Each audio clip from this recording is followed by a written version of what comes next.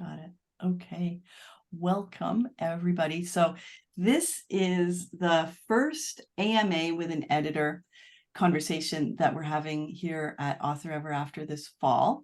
And the goal of the series is to introduce you to romance editors. As romance writers, I think it's really important that we have editors who understand the beats and the subgenres that we write in, because readers have certain expectations, and the tropes that are important to include in romance. My first books that I edited, or that I wrote, I had edited, and not by a romance. The very first one was by a memoir writer, and she did not get fiction at all, and it was not a positive experience for either of us. I then hired a romance, someone who studied romance. Actually, she hadn't written any, but she had done a lot of academic work studying romance, and she was a very good editor. And I know a lot of romance writers who use her. She didn't get my voice at all. I write rom-com, and she was much more of a contemporary, serious, historical. And when I found my forever editor, I will never, ever have another editor. And so one of the things I'm hoping that we'll accomplish in this series is that I'll introduce you to a variety of editors who have expertise in romance, like Angela.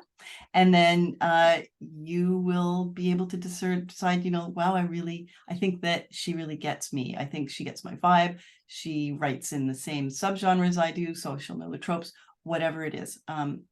It's a really important relationship, the relationship that we have with editors. So I am going to pass this over to Angela in a second.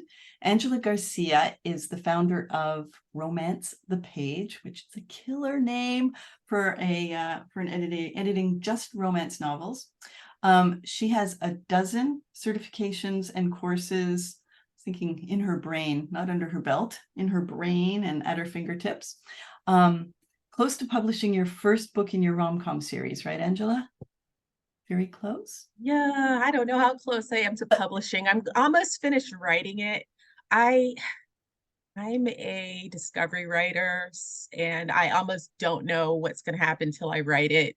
And so the first one is very close to finished as far as being written, the first draft. And then I have book 2, 3, and 4 with the main character's sisters. They're all in different stages, but not nearly as close as the first one. Yeah. All right. And you are also, although you don't enjoy sports in real life, you say sports romance are your catnip. Is that right? Yeah, it's really weird. I do not like sports at all. I don't watch them. I'm not interested. But if there's a football player, a baseball player, a wrestler, I don't care what sport it is. If there's a sports romance, I am grabbing that thing. I don't know what it is. I love sports romance. Doesn't make any sense. Arms. For me, it's all in the shoulders and the arms. It's just imagining that. Yeah, maybe it's that they're so athletic. I don't know. It's that hockey, yes, hockey romance. All right. Yeah, hockey.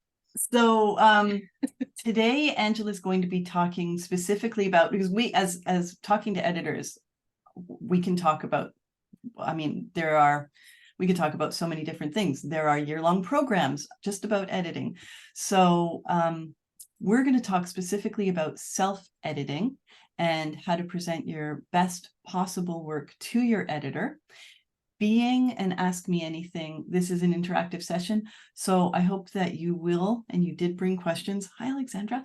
And you can put those in the chat. We'll do this for about 30 minutes or so, and then we're going to switch over to the blue pencil. So we had some submissions of 500 words that Angela will edit for us. She can only do one live. The other two folks who submitted pages will get your edits privately. So we'll do that. Now, if you're not familiar with the blue pencil, typically we're looking at a copy edit, but the editor might also give some developmental feedback, so kind of the big picture, or some line editing if they see some things that are consistent. And even though these aren't your pages that Angela has edited, you can learn so much just from watching the process and seeing how an editor can tighten up somebody else's words that you might want to apply to your own. All right, so without further ado, I'll pass it over to Angela. I'm going to switch over to see the chat to see if there are things here for you yet. And I'm not seeing any question yet. So do you want to start by talking a little bit about you and your editing process, or do you want me to AMA you right off the bat? What'll make you happiest? I don't know. Yeah, go ahead and AMA me. All right. Okay, so one thing I know that we've talked about in our community in Author Ever After is, and this question came up just a little while ago, putting your manuscript away after you have finished what you think is your draft for an amount of time before sending an editor. Is there value in that? And do you have a sense of like how long should a writer put their pages away before they self-edit? Yeah, there is definitely value in that, because as closer you are to the writing, the more likely you are to overlook errors and mistakes, because you know what you meant to say. So your mind fills that in for you. You don't even see the errors anymore. Even myself, I edit. And when I did my website, I showed a friend of mine who also is an editor. I was like, hey, look, my website is up. Now I read every page over and over. I combed through it. And right away she was like, did you mean to write blah, blah, blah right there? And I was like, no, thank you. And she's like, oh yeah, and right over here. I didn't see it because I knew what I meant and I'd been in it working on it. So your mind sort of fills in that blank for you.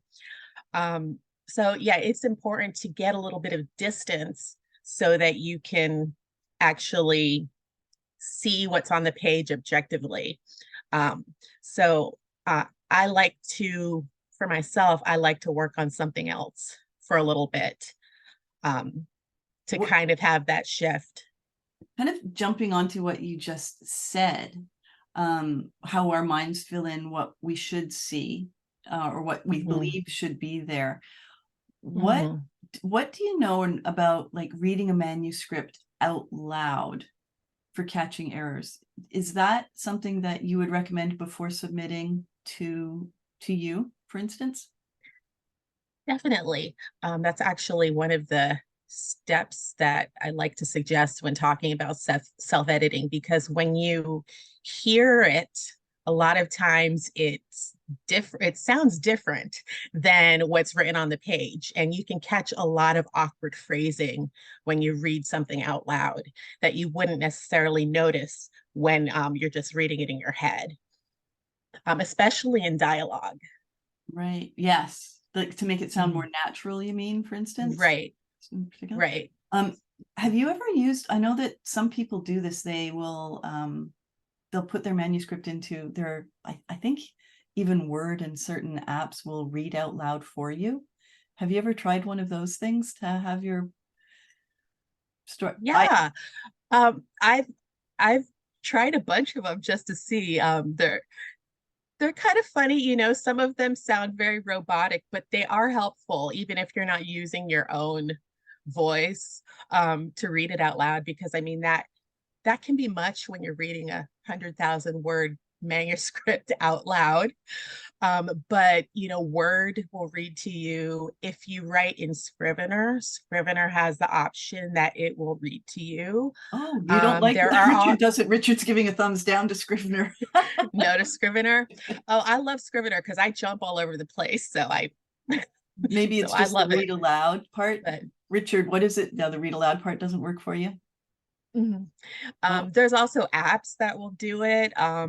There's an app called Natural Reader that there's a free version of it, and you can use that on your computer and it'll read to you. And there's also another one.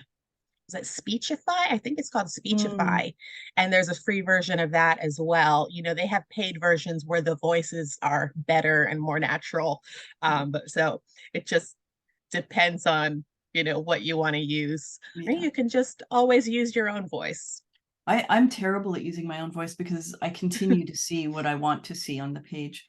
Um, so Tammy's got a follow up to this, to the putting your manuscript down.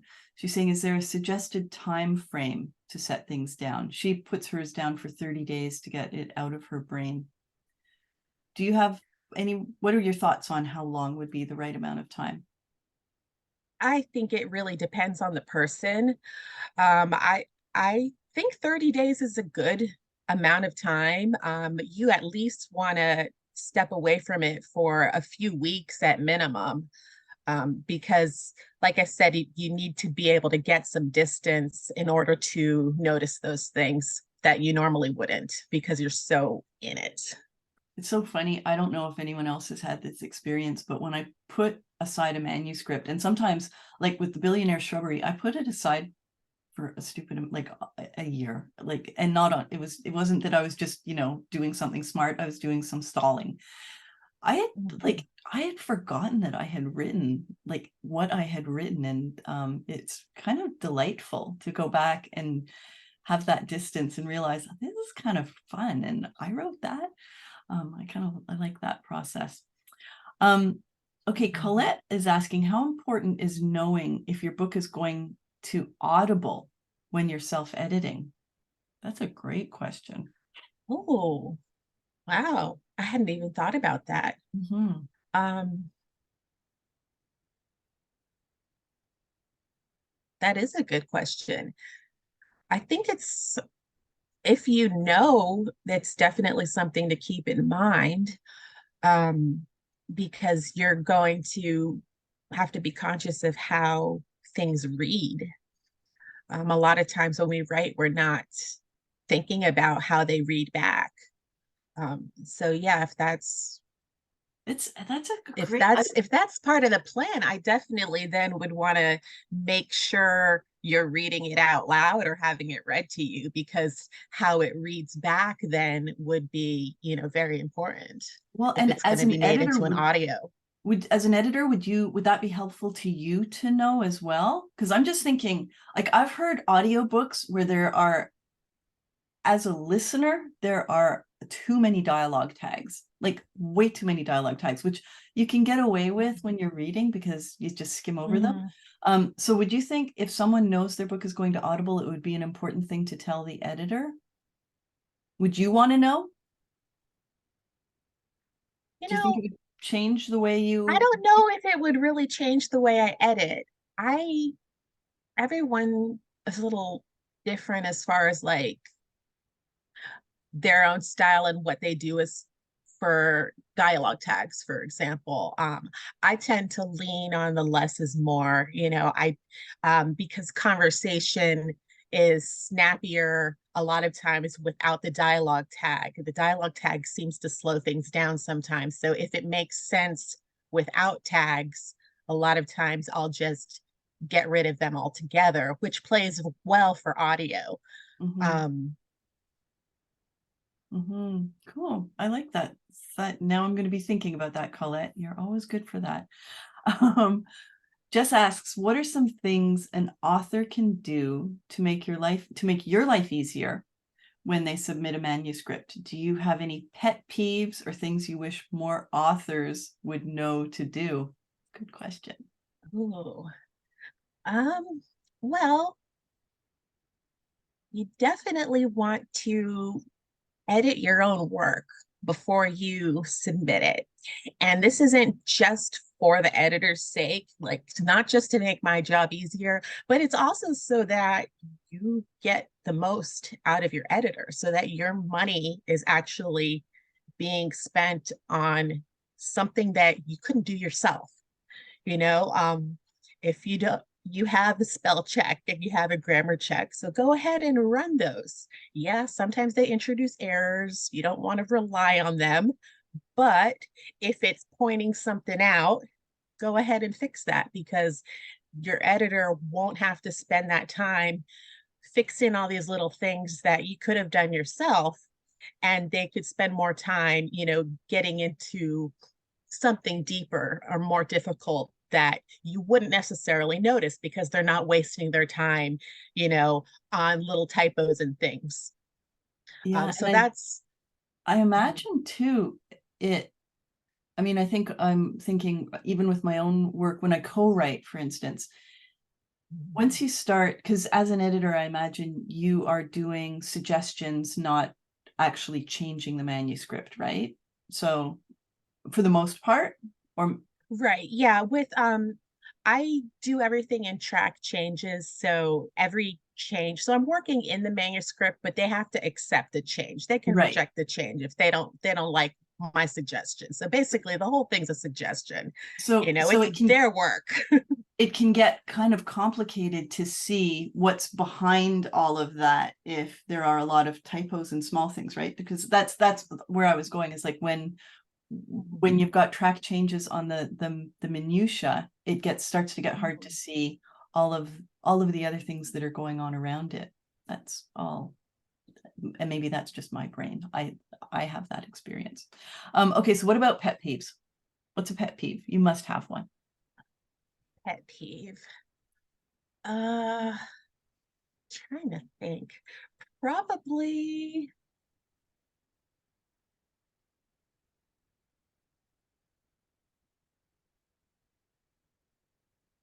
Is it's there not any? even like a wrong thing. It's kind of a silly thing that I see it actually when I'm reading books a lot because a colloquialism, it's a regional speech where um you're dropping prepositions. That kind of drives me crazy. Um and I don't mind it in dialogue. Right. It's when I see it in the prose that it bugs me because I'm like, wait a minute, you do need that word to there. You do need that word for, the little prepositions, those tiny words that a lot of times people drop them out because they drop them out in speech, like in some of like, I know like Iowa, Pennsylvania, there's some of that. Trying to think of Interesting. how to word it now, but No, but that where makes sense. they'll drop the preposition out and it's fine in dialogue because people Mhm. speak like that, but you do need it in the surrounding text. That's great. That's actually really great advice. Um, Richard asks, I write something completely different to change up what my mind is thinking about, like another unrelated story. So when you're right, I got it. Not a question, just a good tip. Um, think Yorkshire. There you go, Yorkshire. um, how many times are you self-editing? Before developmental editing and again afterwards, before going to copy? Do you only self-edit when you finish? What is your suggestion? What would be your recommendation? I suspect it's going to be you do you, boo, but what do you think? What do you think Yeah, is effective? everybody is different. I mean, some people could edit forever and then never finish anything, and I'm one of those people that can struggle with that because I'll like I like to read through what I wrote after I wrote it. And usually every time I'm like, oh, let's fix this, let's fix that. And then the next time I come back, let's read this again. Oh, there's one more thing I can fix. So yeah, you got to get to a point too where you know that you're done. Like don't Well, edit forever because you so do want to publish. But I would say when you're done writing your first draft, go through and take a couple passes for different things. You'll go through and look for, little typos and things where you might have missed a word or where you might have written a word twice, like, the. I find that all the time in my work where I type a mhm. word twice and I didn't even notice I did that. And you go and fix those little things and, little spelling things. And, that's pretty easy to, fix because you can run a spell checker. Then you can go through and read more, read it out loud, read some of those sentences, see if it sounds awkward. So I don't know how many, depending on how many things you want to check or how many things you want to check simultaneously, I guess would depend on how many times you read through it. Um, I there's certain things that when I read, I can check for multiple things at once, and then there are other things that I'll just focus on that one issue. Like if you know you have an issue with something, like I like to go through and check my hyphens because sometimes I will miss my hyphens or I will add a hyphen where it doesn't belong. So I will do a check specifically for that. So if you have a writer tick or you have Mm. something that you tend to mess up, you can do a special search just for that one thing, so you're not repeating it.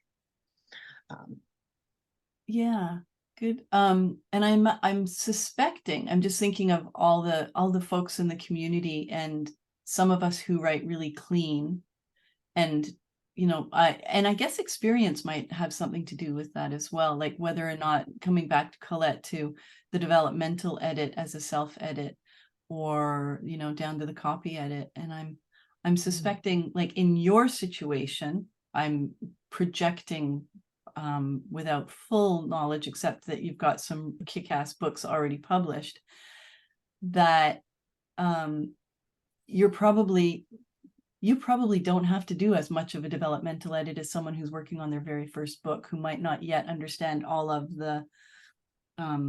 all of the norms that they would have to be including. Do you, Angela, tell us what kind of editing you actually focus on? Because so I mentioned developmental editing, copy editing, there's line editing. Which one is your happy place with authors? um, Copy and line editing are probably where I do like my best work. I kind of I do I mean proofreading as well because I am very technical and my eye tends to find things. Like I don't know if I've ever read anything where I don't find things. My eye just happens to be drawn to that. So the technical stuff is something that I am drawn to. A lot of people don't like all those little nitpicky technical things, but my eye finds them. So It's so a yeah, so skill. that is a strength. But I also sometimes have a little difficulty in like copy editing. Sometimes I'll have a little difficulties just staying in that copy editing lane because I'll notice something, line editing wise, that I'm like, oh, this, if they just tweaked this one little thing right here, this could Mhm. sentence would just And so shine. So, do you make that recommendation um, then? When you see um, those little things, even if you've only been hired for a copy edit, do you? so sometimes, I mean, I won't do it. I mean, I'm not gonna line, I'm not gonna line edit if I was hired to copy edit.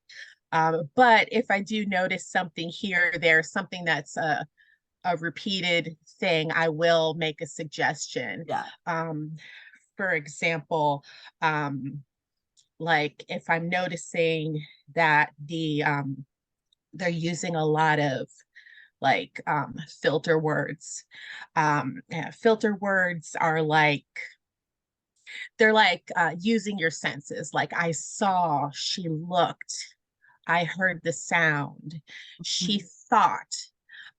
That kind of creates distance between the reader because instead of the reader being right in there in the action with the character, you're telling the reader what the character saw or had heard or felt or Mhm. thought instead of just, showing them, you know, um, like um Yeah, no, those are good. Those, she watched the lightning flashing in the sky instead of just saying the lightning flashed across the sky.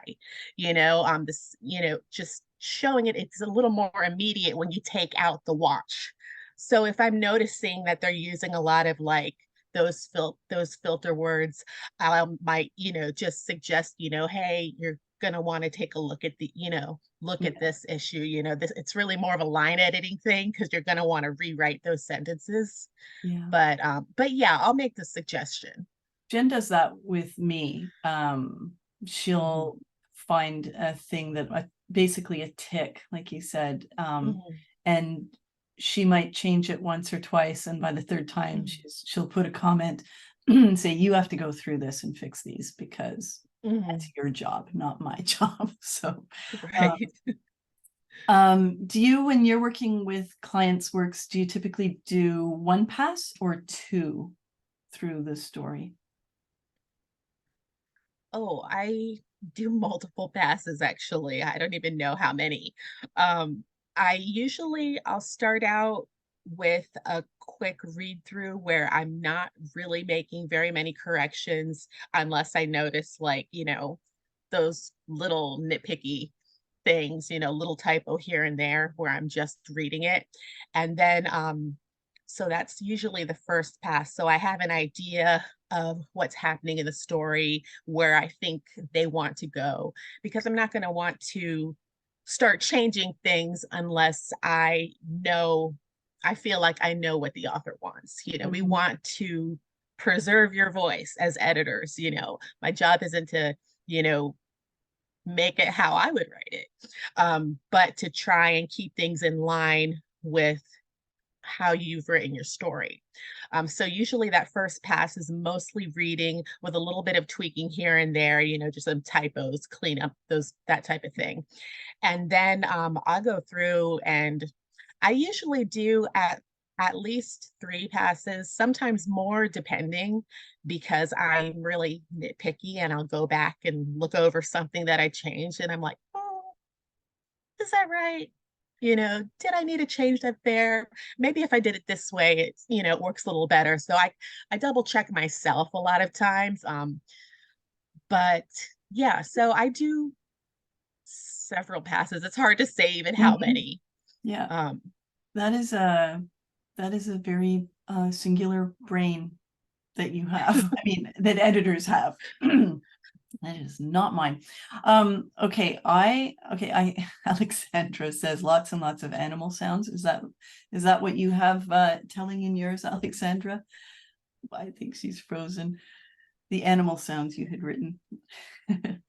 All right, we're at the bottom of the hour, and I want to jump to the blue pencil. So, and then if there's time afterwards and you still have questions, we can do a few more questions after for Angela.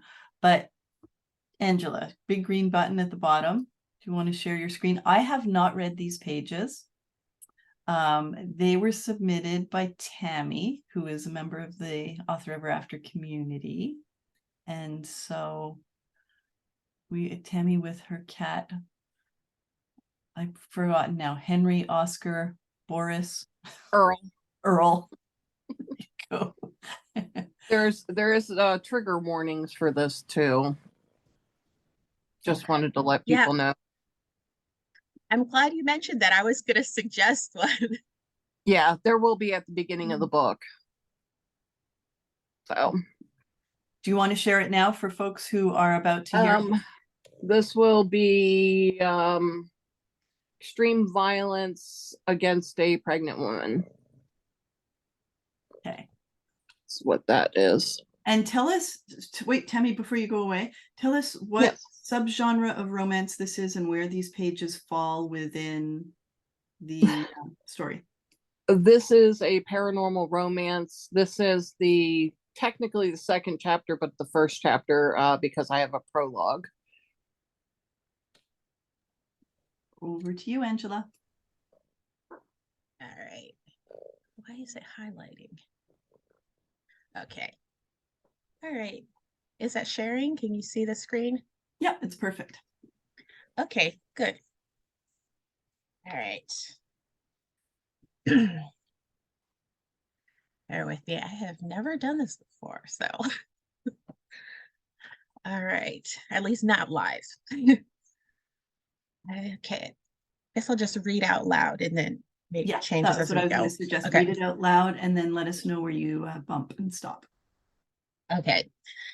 The sound of rustling leaves kept her from falling asleep, and her eyes stung from being so tired. The sound of the rustling, I would just take out. The sound of rustling leaves kept her from falling asleep, and her eyes stung from being so tired. All day long, she sat up reading excerpts from baby books to her little one.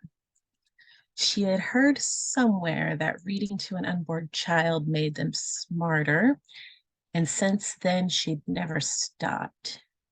She had read somewhere. She had read that reading to an unborn child made them smarter, and since then she never stopped. Since then she never stopped. We'll leave that for now. She wondered how much the baby understood. Was it learning anything? Would it come out knowing everything there was to know about pregnancy and become an obstetrician because she had read to it about such things? Okay, that's a little. Would it come out knowing? I'll just say everything. Would it come out knowing everything about pregnancy and become an obstetrician because she had read to it about such things? That would be a mother's dream come true. Something better than this, something more than she could ever hope for. This is just a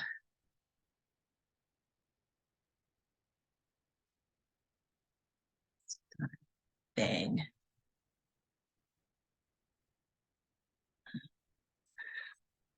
All right. The rustling of leaves grew louder. It took all the effort she had to open her eyes. It took all the effort she had. It took all her effort.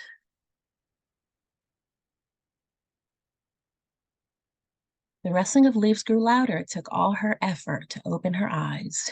When she did, everything was haloed in a yellow hue from the street lamp nearby.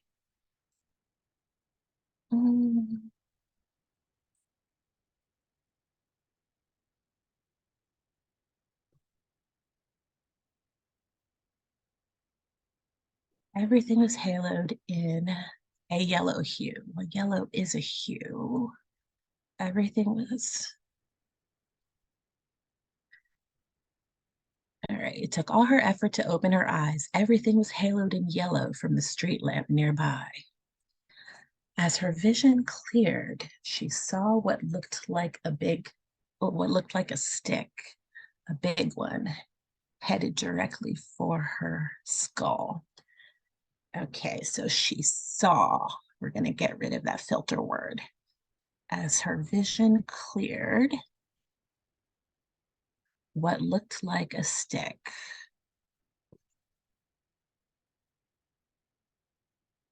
A big one.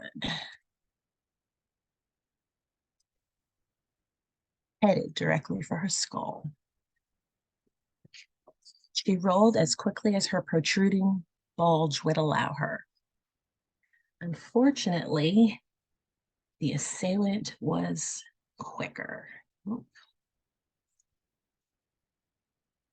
She rolled as quickly as her protruding bulge would allow. Unfortunately, the assailant was quicker than she was, and the blow landed. I would probably change this quick because you have quick here. To, I don't know, any other comparable word. We'll just use faster for right now.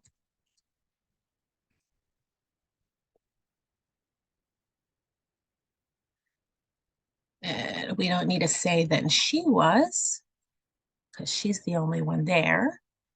Unfortunately, the assailant was faster and the blow landed. There was a sickening crack, followed by a buzz in her right ear.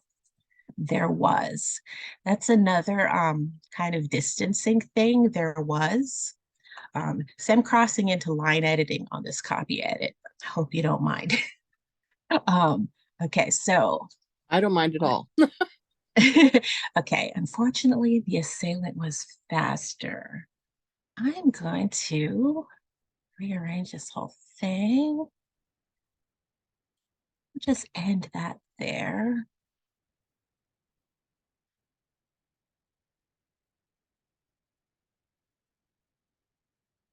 The blow landed, we'll say, with a sickening crack. And fortunately, the assailant was faster. The blow landed with a sickening crack, followed by a buzz in her right ear. She rolled again, trying to avoid another blow to her head. A comma there. Maternal instinct told her that she needed to cover the baby. The searing pain in her head told her to cover her head. Splice. Oh, okay. Maternal instinct told her that she needed to cover. We don't need that. Oops. There we go. Maternal instinct told her she needed to cover the baby, but the searing pain in her head told her to cover her head. Okay, so we've got her head and her head and her head here. So we're going to get rid of her head. Well, not get rid of her head, but okay. Maybe a blow to the head instead of her head.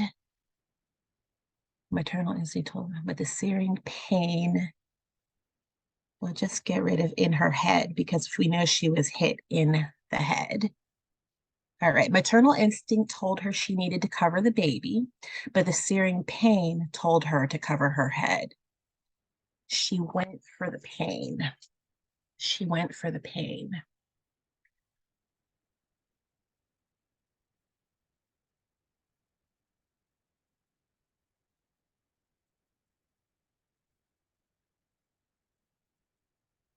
I think what you're trying to say is she chose the pain, but we'll say the pain won.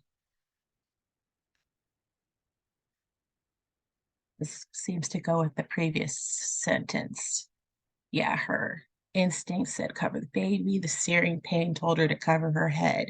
The pain won. So we know she's covering her head. The blows landed wherever the stick could reach until the attacker kicked her in the stomach. Essentially, turning her into one of the potato bugs she had played with when she was a child.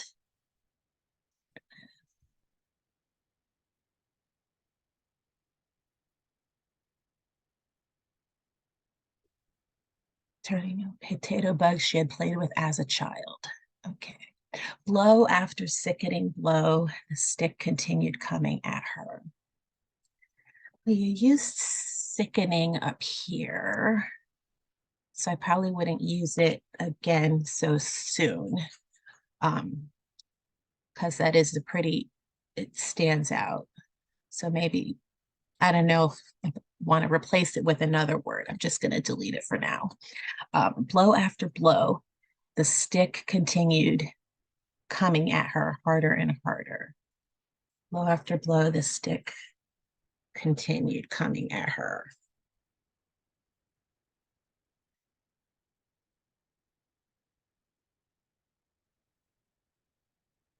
Just blow after blow, the stick came at her harder and harder. It's a little more immediate.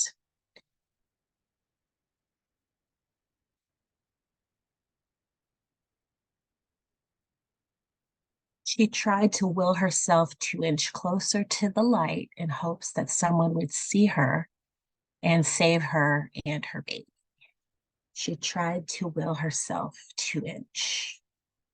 She tried. I'm just going to get a will herself. She tried to inch closer because she's using her will to do that. She tried to inch closer to the light in hopes that someone would see her and save her and her baby.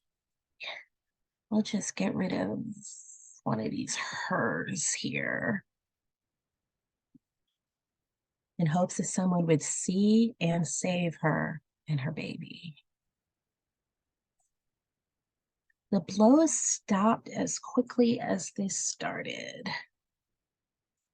As the pain engulfed her abdomen, she cradled her baby with her good arm, and with the bad arm, she started pulling herself.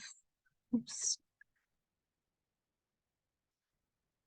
Started pulling herself toward the light, willing someone to drive by and save her from the eternal pain she was in. The blows stopped as quickly as they started, as the pain. Let's see, as.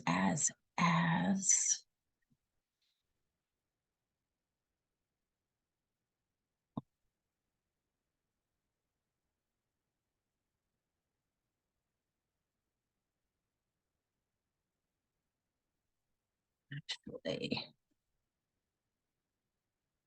oops, I did not mean to go all the way back there.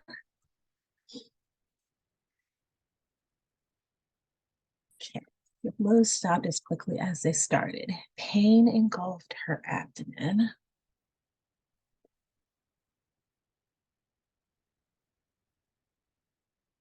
And she cradled her baby with her good arm. Stop there.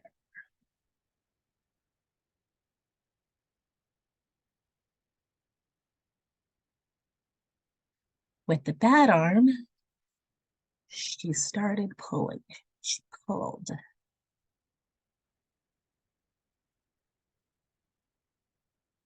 Yeah, so like continued to or started to, a lot of times I'll change those to a more immediate verb. So that's why instead of she started to, we'll just say she pulled. So with her bad arm, she pulled herself toward the light, willing someone to drive by and save her from the eternal pain she was in. The eternal pain she was in. We have pain a lot too. I'll just say agony for now. Because yeah, we've got pain. Yeah, a lot of pain. Okay. Bitch, give me the bag. A male voice yelled at her. Say yelled. The black hooded figure reached out toward her. The bag, excuse me, the bag. Give me the fucking bag.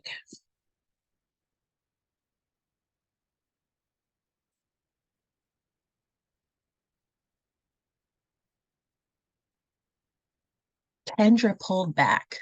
I don't know what you're talking about. The bag on your arm. Don't act stupid, he growled. He growled.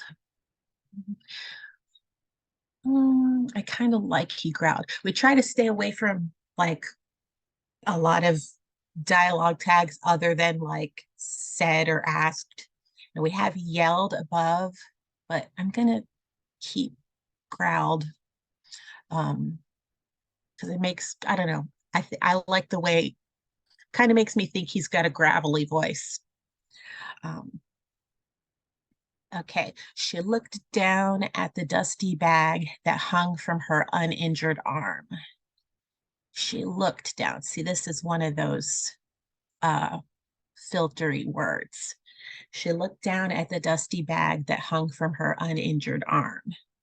So here's another line editing thing. I would get rid of all the she looked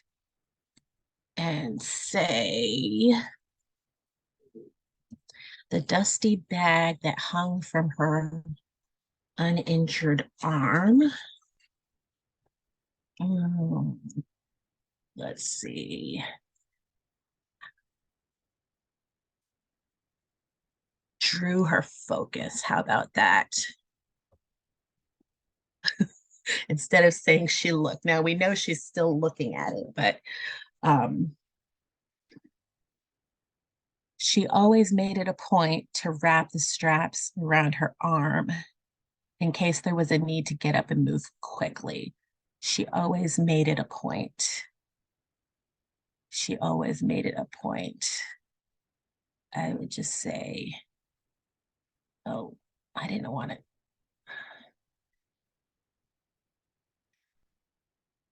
She always made sure.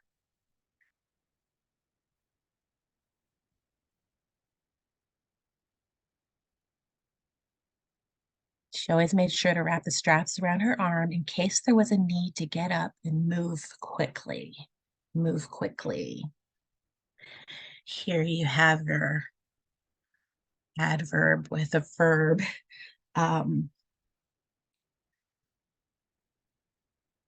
Which you could replace with something stronger. I don't know if it's in case there was a need to.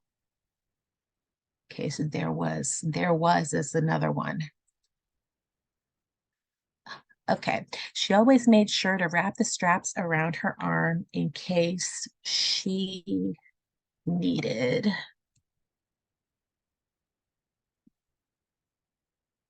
to get up and move quickly, to get up in a hurry, to get up and move quickly, get up and run. I don't know the context of what's happening here. I'm just going to put run for now. She's homeless and living under an underpass is what her problem is, and she was always having to get up and leave where she was. Okay. That's context. So maybe get up in a hurry might work better. Oh, we'll leave that for now. She honestly hadn't planned on needing the quickness. She honestly.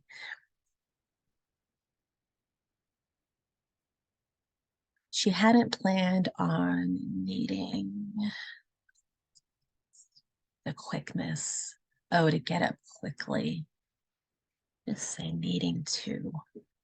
All right. She always made sure to wrap the straps around her arm in case she needed to get up and run. She hadn't planned on needing to, especially not now that she was so far along in her pregnancy. Please take it, she hissed. Just leave me and my baby alone. She tossed the bag toward the attacker. Okay, so she hissed. I'm gonna do away with. Actually, we're gonna do. Yeah, see, I can't stop myself from line editing. All right, please. I don't know, that seems like a dream to me as a writer. Please take it. She tossed the bag toward her attacker. Yeah, I like that in the middle there because it's like, please take it. She tossed the bag toward her attacker. Just leave me and my baby alone. Glad to see you took the easy way out, lady. There was only a slight sound of crunching gravel and he was gone. There was only a slight sound of crunching gravel and he was gone. The crunching gravel is a sound. This one's a little trickier. There was only a slight sound.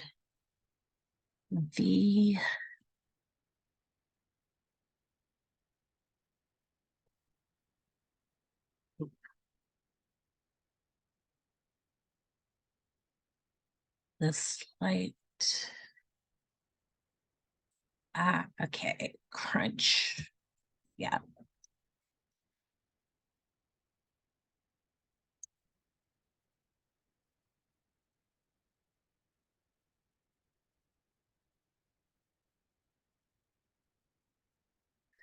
The slight sound, oh no, sound. That's the word I wanted to get rid of. I didn't even delete it. There we go. The slight crunch of gravel underfoot faded and he was gone. There we had the sound instead of saying the sound. She'd never felt pain like this in her life. She didn't know what she was going to do. Okay, so we got a couple more filtery words here. She'd never felt pain like this in her life. How about, let's say, agonizing pain.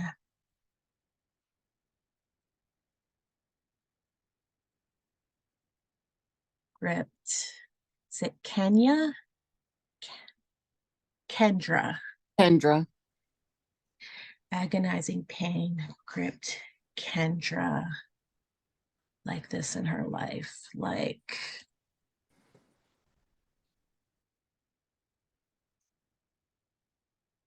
agonizing pain gripped Kendra like never before. She didn't know what she was going to do. Let's say, and she struggled to know. No, she struggled over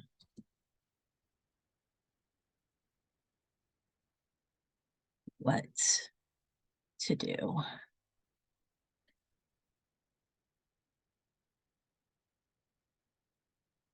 So there we got over that. We got rid of that no and felt there. Okay, agonizing pain gripped Kendra like never before. She struggled over what to do.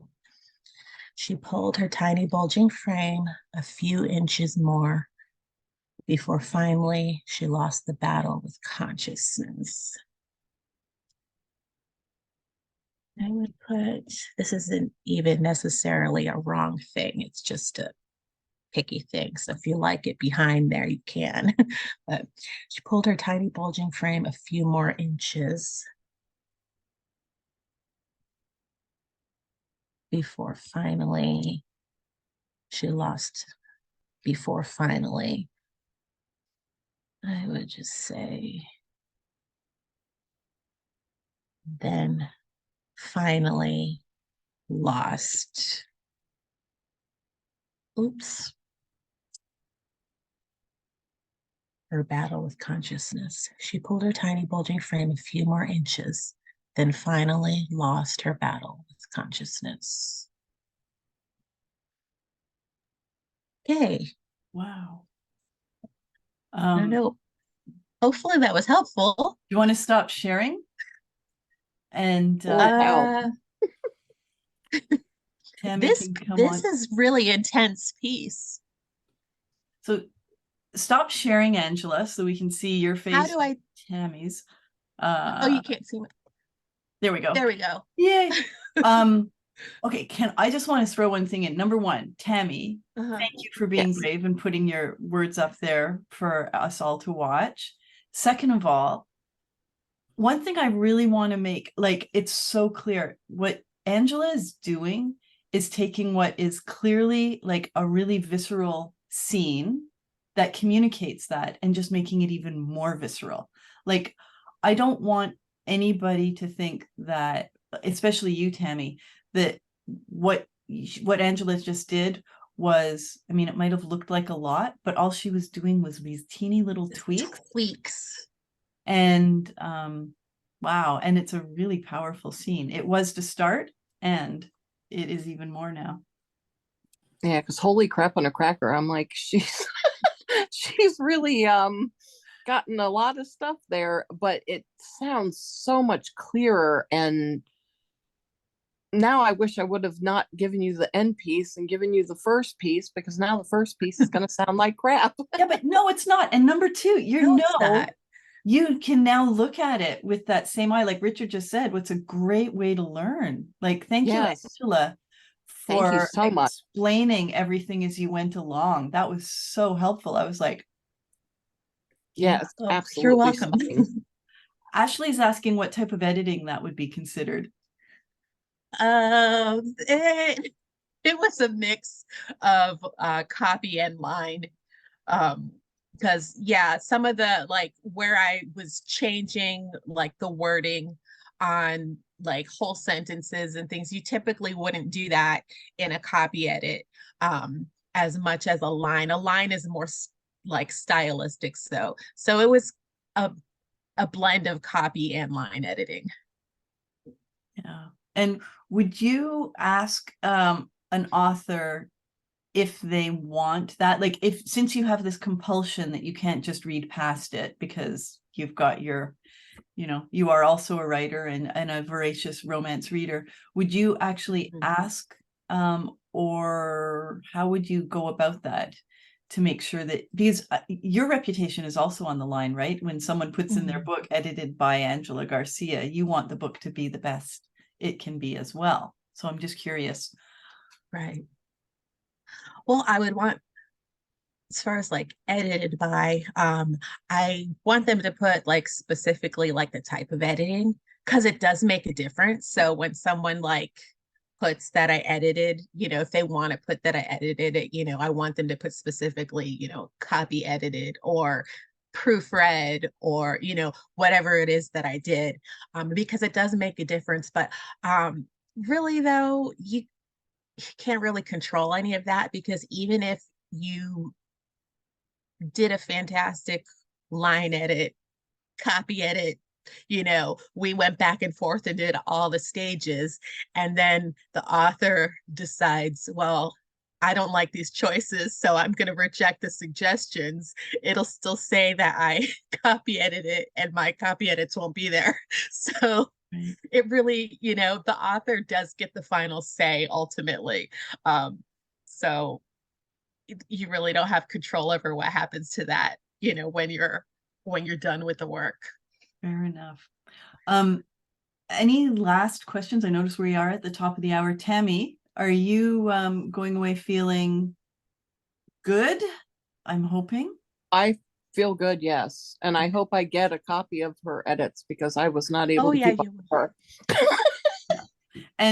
And for the other folks who submitted, you will also be getting a copy edit, much like this, courtesy of Angela, just not on camera. Yep. So Yeah. thank you for making that offer. That's really generous of you. Oh, you're welcome. Yeah, I haven't done those yet, but I will, and I'll get those back to you soon. All right. Any last questions? Last words? Angela, thank you so much. That means a Oh, lot you're that you welcome. were willing to do that for me. Oh, you're welcome. It was you know, it was a first for me too. I've never done it live like that. So I was thinking, I don't know how interesting this is gonna be, but we'll give it a shot. It was, I found it fascinating. I was shocked that it was half an hour, like, because I was so, it's like, you know, I'm sure a non-writer would be thinking, what in the world are you watching? But it was fascinating to me. All right. Thank you.